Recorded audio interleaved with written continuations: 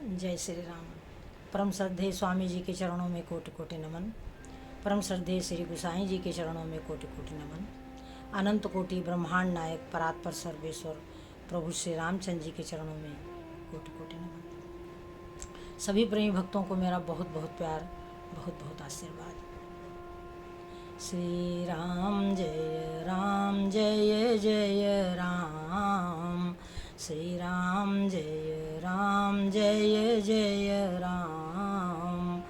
मंगल मूर्ति मारुति नंदन, सकल मंगल मूल निकंदन। पवन तनय संतन हितकारी, हृदय विराजत अवध बिहारी। मात पिता गुरु गणपति नारद, शिवा समेत शंभु सुख सारद। चरण बंदी बिनमौ सब काहू, देहु राम पद नेह निबाहु। बंदौ राम लखन बय देहि, जे तुलसी के परम सनेही। जे तुलसी के परम सनेही। श्री राम जय जय राम। श्री राम जय जय राम। सज्जनों, बंदों राम लखन बैदेही, जे तुलसी के परम स्नेही। सज्जनों, एक बात बहुत ही विचार करने योग्य है कि बार बार संत महात्मा सत्संग की तरफ ही क्यों हमको कहते हैं कि सत्संग नित्य करो। उसका कुछ कारण है। मनुष्य जब ध्यान करता है, मनुष्य को जब ज्ञान हो जाता है, या कोई भी लौकिक पारलौकिक चीज़ें जब मनुष्य को मिल जाती हैं, तो उसमें मनुष्य का अभिमान होने का भय रहता है। उसकी सबसे बड़ी समस्या यही है कि जैसे नारद जी तीनों लोकों में भ्रमण करते थे, तीनों लोकों में भ्रमण करते थे, परंतु और भजमन नारायण नारायण करते थे। ये ही नारद जी एक बार जब हिमालय पर्वत की गुफा, हिमालय पर्वत पर भ्रमण कर रहे थे, तो वहाँ उनको एक सुंदर पवित्र गुफा दिखी और पास में गंगा जी बह रही थी। तो सज्जनों, क्या किया, नारद जी बैठ गए और भयउ रमापति पद अनुरागा, भगवान के चरणों में प्रेम हो गया। और भगवान का स्मरण करते ही क्या हुआ कि सुमिरत हरि श्राप गति बाधी, सहज विमल मन लागी समाधि। उनका स्वभाव से ही पवित्र मन था, उनकी समाधि लग गई, जिसका परिणाम क्या हुआ, भगवान का ध्यान तो करने लगे।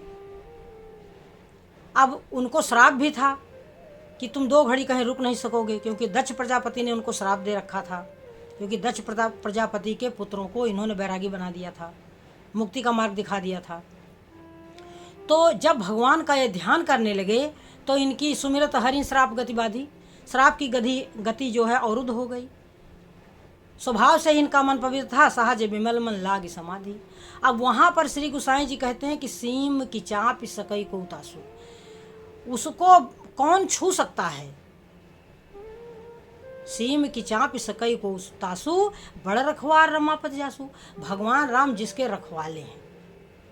अब वहीं पर इंद्रदेव ने विघ्न उत्पन्न किया, क्योंकि देवताओं का कार्य ही यही है कि इनको ज्ञान अच्छा नहीं लगता।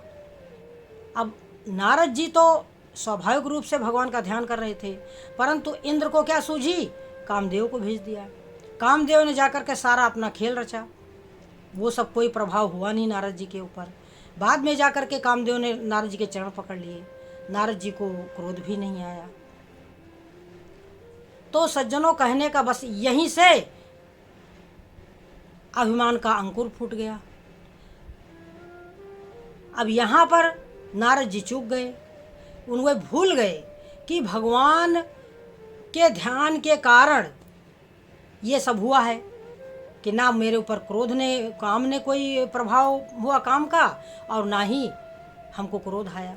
ये जो क्रोध और काम है, या जो काम क्रोध मद लोभ अहंकार है, वो जब तक हमको एहसास होता है कि हम भगवान के हैं, भगवान हमारे हैं, और हमारे में जो कुछ भी शक्ति है, क्षमता है, वो पूरी की पूरी प्रभु के द्वारा है। हमारे पास कुछ भी नहीं है। भगवान चाहें तो अभी हमको 1 सेकंड में ही बिल्कुल ऐसे कर दें कि हम कहीं नज़र नहीं आएंगे। तो ये ज्ञान और ये ध्यान और ये लोगों को समझाना और ये भगवान में स्थित रहना, ये तो बहुत बड़ी बात है सज्जनों। हम किसी लायक नहीं रह जाएंगे, मतलब कोई सांसारिक कार्य भी करने लायक नहीं रह जाएंगे। यहाँ तक कि हम बातचीत भी नहीं कर सकते। ना मुझ में देखने की क्षमता है, ना मुझ में सोचने की क्षमता है, ना मुझ में बोलने की क्षमता है। कुछ भी करने की क्षमता इस जीव में नहीं है। होता ये है कि राम कीन चाहै सोई होई। प्रभु जो करना चाहते हैं वो होता है। राम कीन चाहै सोई होई, करैयन था आस नहीं कोई। कोई कुछ कर सकता है ऐसा कुछ नहीं है। जो प्रभु चाहते हैं वो होता है सज्जनों। अब यहीं पर हमारे नारद जी चूक गए और यहीं पर उनको मोह हो गया, और यहीं से उनके मोह को दूर करने के लिए भगवान ने लीला रची, और वहीं से वह लीला इतनी प्रबल हुई कि भगवान राम को, प्रभु को श्राप तक दे डाला नारद जी ने। तो यह क्या है? यह क्या है? ये यही है कि उमा दारू जो सित की नाई, सबही नचावत राम गोसाई। तो होता क्या है कि सत्संग से हमको इन सभी विषयों का बोध होता है कि हम भगवान का ध्यान तो करें, अच्छी बात है, परंतु हम भगवान के ध्यान के साथ साथ यह देखते रहें कि कहीं हमारे भीतर कोई अवगुण तो प्रवेश नहीं कर रहा है। कहीं हम क्रोध के वशीभूत तो नहीं हो रहे हैं, कहीं हम काम के वशीभूत तो नहीं हो रहे हैं, कहीं हम लोभ के वशीभूत तो नहीं हो रहे हैं। ये जो 5 बड़े बड़े विकराल चोर हैं, ये कहीं हमारे भीतर प्रवेश तो नहीं कर रहे हैं। तो सत्संग हमको हर पल जागरूक रखता है। सत्संग की महिमा इसलिए बहुत अधिक कही गई। चाहे कोई कितना बड़ा ज्ञानी हो, चाहे कोई कितना बड़ा ध्यानी हो, चाहे कोई कितना बड़ा बैरागी हो, उसका ज्ञान ध्यान वैराग्य सब 1 मिनट में सब चौपट हो जाएगा। अगर उसके अंदर अहम भाव आ गया कि ये मैं कर रहा हूँ, यदि ये भाव जीव के भीतर आ गया सज्जनों, तो जीव का सब कुछ किया कराए एकदम चौपट हो जाएगा। यही कहते हैं कि राम भजा सो जीता जग में, राम भजा सो जीता रे। जिसने भगवान का भजन करने का अर्थ ही यही है कि हर पल हर क्षण भगवान हमको दिखें कि प्रभु ये जो लीला रची है आपने, ये जो रंगमंच पर आपकी लीला चल रही है, इसके सूत्रधार तो केवल आप ही आप हैं। हम सब तो कठपुतली हैं, हमारी कोई शक्ति नहीं है, हमारी कोई भक्ति नहीं है। आपने ही मुझे भक्त बनाया है, आपने ही मुझे बोलने में की क्षमता दी है, आपने ही मुझे शरीर दिया है, आपने ही मुझे बुद्धि दी है, विवेक दिया है, आपने ही मुझे सब कुछ प्रभु ने दिया है।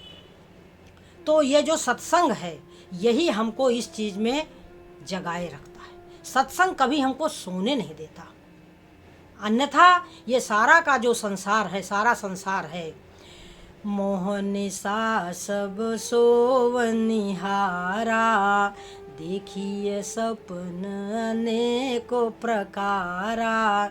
ये जो सारा का सारा जगत है वो क्या है कि मोह निशा सब सोवनिहारा। जीव मोह रूपी रात्रि में सो रहा है, उसमें अनेकों प्रकार के सपने देख रहा है, चाहे फिर वो लौकिक सपने हों चाहे पारलौकिक हों। सपना तो सपना होता है सज्जनों, स्वप्न तो स्वप्न होता है। ये जो कुछ भी हम संसार में देख रहे हैं ये रहने वाला नहीं है। जिसका तुम्हें अभिमान है यह भी न रहेगा, जिस बल पे तुम्हें मान है ये भी न रहेगा। सोचो तो कैसे कैसे जमाने गुजर गए, जिनसे कि तू हैरान है ये भी न रहेगा। आए हैं चले जाएंगे कुछ देर के मेहमान, क्या देखता नादान है ये भी न रहेगा, क्या देखता नादान है ये भी न रहेगा। जिस बल पे तुम्हें मान है ये भी न रहेगा।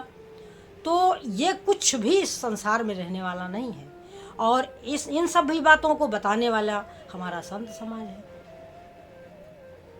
ये सब कुछ बोध कराने वाला, हमको हर पल हमें हमारे सामने दर्पण लिए मानो जो संत समाज है, जो शास्त्र हैं, जो वेद हैं, जो पुराण हैं, वो मानो दर्पण है। दर्पण जैसे सज्जनों, हम इन्हीं आँखों से अपने चेहरे को हम देख नहीं सकते।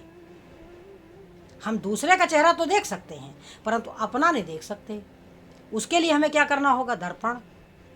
जब शीशा सामने आएगा तब उन्हीं आँखों से फिर मैं अपने चेहरे को देख सकूँगी। तो वो जो शास्त्र है, वो जो संतों के वचन हैं, वो दर्पण है। दर्पण, उसमें हम अपनी आत्मा का दर्शन करते हैं कि हम मन नहीं हैं, हम शरीर नहीं हैं, हम बुद्धि नहीं हैं, हम कुछ नहीं हैं, हम आत्मा हैं। आत्मा, ये मन एक सेकंड में कहाँ से कहाँ पहुँच जाता है, क्या से क्या सोच लेता है, गंदा से गंदा विचार ये मन अपने मन में ले आता है। तो हम मन तो नहीं है, हम मन नहीं है, हम आत्मा हैं। आत्मा, हम परमात्मा के अंश हैं। तो हमें निरीक्षण करते रहना चाहिए कि ये मन कहाँ जा रहा है, क्या सोच रहा है, कितना सोच रहा है, ये क्या चाहता है। तो उस मन को हमें कभी प्यार से और कभी थोड़ा कड़ा रुख भी अपनाना होता है, कभी कभी इस मन की उपेक्षा भी करनी होती है, और कभी कभी ये मन बच्चे की भांति है, इसको समझाना भी होता है। कुछ जो ज़रूरी है, जो ये चाहता है, तो थोड़ा बहुत इसको देना भी पड़ता है सज्जनों, क्योंकि मन क्या है, मन बड़ा प्रबल है। इसी को हमारे अर्जुन ने कहा कि वासुदेव, पर मैं ये देखता हूँ कि ये मन बड़ा मूर्ख है, चंचल है, प्रमादी है। भगवान श्री कृष्ण ने कहा निश्चित ही ये मन प्रमादी है, चंचल है, मूर्ख है। जैसे वायु में दीपक का ठहरना बड़ा कठिन है, उसी तरीके से ये जो विषय रूपी वायु चल रही है, इसमें मन का ठहरना बड़ा कठिन है। परंतु अभ्यास योगेन, तू कौनते, अभ्यास योग से, हे कौनते, अभ्यास योग से ये बस में हो जाता है। हम अभ्यस्त हैं किस चीज़ के? संसार के अभ्यस्त हैं। ये जो लौकिक संसार, यही हमको दिखता है और हमारा मन इसी को चाहता है, क्योंकि युगों युगों से यही प्रथा चली आई है कि मन है संसारी।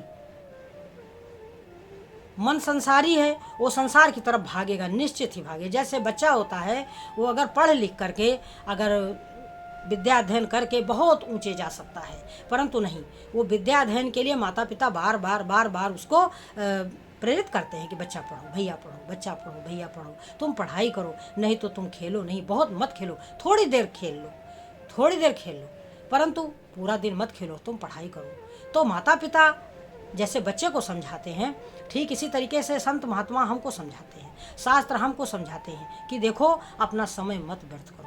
तुमको मानव जीवन मिला है, वो किस लिए मिला है? भगवत भजन करो और भगवान की आज्ञा का पालन करो। इस संसार में अपने कर्तव्य का पालन करते हुए हमें भगवत भजन में रहना चाहिए। भगवत भजन ये नहीं है कि हम खाली भजन करते रहें, ऐसा नहीं है। भजन के साथ साथ हमें वो कार्य भी करना है कि जो हमें भगवान ने आज्ञा दी है। कब हमें क्या करना है, वो भगवत भजन से हमको पता चलता रहेगा सज्जनों, कि हमें कब क्या करना है। हमको भजन के साथ साथ भगवान की तरफ भी देखते रहना है कि प्रभु ने इस रामचरितमानस में या भागवत महापुराण में, या भगवान ने और भगवान के भक्तों ने कब कब, कहाँ कहाँ, कैसा कैसा निर्णय लिया है। हमें अपने जीवन काल में इस युद्ध को जीतना होगा। ये सारा का सारा जो जीवन है सज्जनों, यही कुरुक्षेत्र है। और इसमें हमको उधर देखना होगा, कुंती की तरफ देखना होगा, द्रौपदी की तरफ देखना होगा, पांचों पांडवों की तरफ देखना होगा।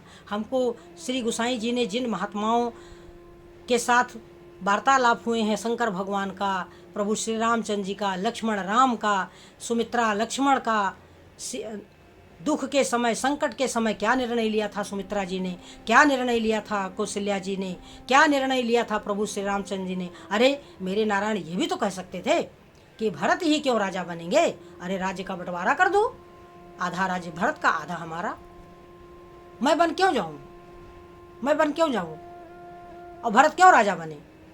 परंतु प्रभु ने ऐसा तो नहीं कहा। उनके लिए राज्य और वन दोनों बराबर है, उनके लिए सुख और दुख दोनों बराबर है, उनके लिए स्वयं और भरत दोनों एक हैं। तभी तो प्रभु श्री रामचंद्र जी ने कह दिया कि भरत प्राण प्रिय पावहीं राजू, विधि सब विधि भय सन्मुख आजू। तो नारायण किसी भी जीव को अपने से तो अलग समझते ही नहीं। वो उनके लिए कौशल्या में, कैकेयी में, वन में, राज्य में, अपने में, भरत में कोई भेद नहीं है सज्जनों। तो ये ईश्वर तत्व है। ऐसा थोड़ी ना है कि हम संसार के सुखों को त्याग देंगे तो सुख हमसे दूर चला जाएगा। ना ना ना ना, जितना आप सुखों का त्याग करेंगे उतना सुख आपके पीछे पड़ जाएगा, और जितना आप सुखों के पीछे भागेंगे उतना सुख आपसे आगे भाग जाएगा। सुख के पीछे भागेंगे तो सुख भाग जाएगा, और अगर सुख को त्याग देंगे तो सुख आपके पीछे पड़ जाएगा। ये रहस्य है सज्जनों। संसार का सुख धार्मिकों के लिए बना है, जो धर्म के मार्ग पर चलते हैं, जो भगवान के वचनों का पालन करते हैं, जो शास्त्रों के वचनों का पालन करते हैं। सज्जनों, राजा दशरथ, राजा जनक, राजा अम्बरीश, राजा महाराज पृथु, महाराज क्या कहते हैं मनु ने कौन सा सुख नहीं भोगा। इन राजाओं ने और ध्रुव आदि ने और प्रहलाद आदि ने कौन सा सुख नहीं भोगा। जिन्होंने अपने आप को नारायण के हवाले कर दिया उन्होंने कौन सा सुख नहीं भोगा। दुनिया का कौन सा ज्ञान, कौन सा ध्यान, कौन सा सुख उन्हें नहीं प्राप्त हुआ। तो सज्जनों, हमें सत्संग से ये बातों का